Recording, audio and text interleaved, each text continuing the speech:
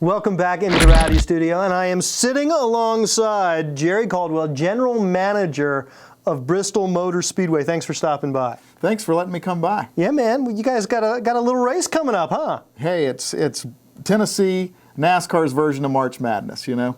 Bristol Motor Speedway. And it's on St. Patrick's Day, which is kind of Yeah. cool, although green and NASCAR, I'm not sure that's a good combination. We're going against tradition there, but it's going to be a lot of fun. We're really embracing this St. Patrick's Day thing. You're planning a lot of events around St. Patrick's Day. You got what, driver Q&A going, driver appearances that Lots night, of Saturday stuff. night? Starts off on Friday with our Ford Fan Friday, which is qualifying all day long, and then following that up with the Food City Family Race Night, where the drivers are going to they were going to play some games, interact with the audience. It's all free, so race fans can come out and see that. And then Saturday, Ford EcoBoost 300 with the Nationwide guys. It's going to be a lot of fun. Austin Dillon, Danica Patrick on the track.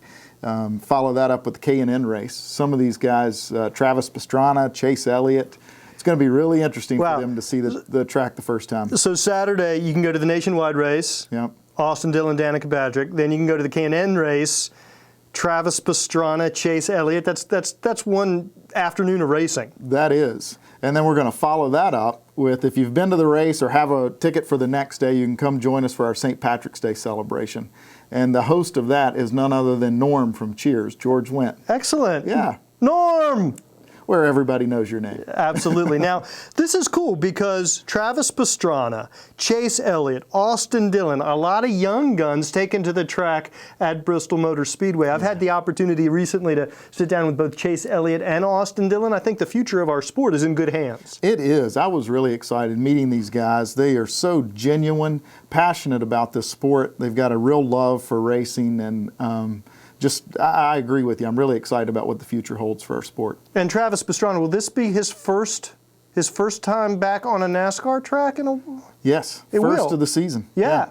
First in a while, and we actually had a K&N test earlier this week, and he was pretty blown away by the place. He had never been to Bristol. Yeah. Came in, he just said, "Wow, this is a modern day Roman Coliseum," which is so true. Yeah. It's one of those bucket list things that even for him was really cool. And how'd he do? Come on, give us. He did okay. He had Matt Crafton there to kind of help set the car up for him. Not a bad coach. He was hanging in there. He was doing okay.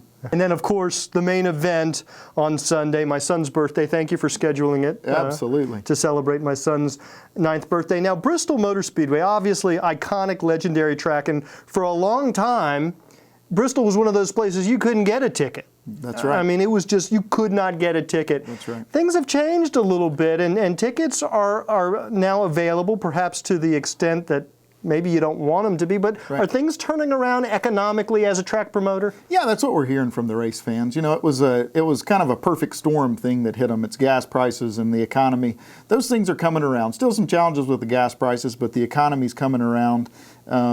You know, for years and years, people have dreamed of being able to come to Bristol, and it's kind of, now's your buying opportunity. It's your chance. Come join us and get those tickets, put them in your family. It becomes a tradition. Yeah. We joke and say it's like a family reunion when race time comes around. Sort of like those Lambeau Field tickets. You just pass them down from generation to generation. That's right. Now's your chance. Get them while you can. Did you guys, I mean, obviously you marketed your events and you marketed your races all along, but you were always sold out. So when all of a sudden tickets became available, did you have to do a real change of mindset in how you approach promoting these events? Did you have to sort of learn or relearn? Sure. Yeah, we did. How are the race fans communicating? You know, where are their challenges? Where do we need to place our focuses? And what they told us is it was the whole package. It was we need help getting the hotel rooms and making our reservations. So we've worked very hard with all the hoteliers in the area, offering shuttles from hotels outside areas, whether it be Gatlinburg, Pigeon Forge, or Asheville, Boone. People can stay in those areas for a lot less, you know, as little as $50 a night. Hop on a shuttle, brings them right to the racetrack, and then takes them right back to their hotel with no worries. You know, one of the things I love about our sport compared to a lot of sports is that you go to places like Bristol, Tennessee, and Darlington, South Carolina, and Martinsville, Virginia, rural communities, not thriving major metropolises, and then once or twice a year, you have 165,000 people descend upon what is really a very rural town. I think that's one of my favorite things about NASCAR. I think that's what makes it so special. We really do have that Lambeau field within our sport at Bristol with 165,000 of your closest friends gathered around in the hills of Northeast Tennessee. The community's so welcoming up there and just blows everyone away.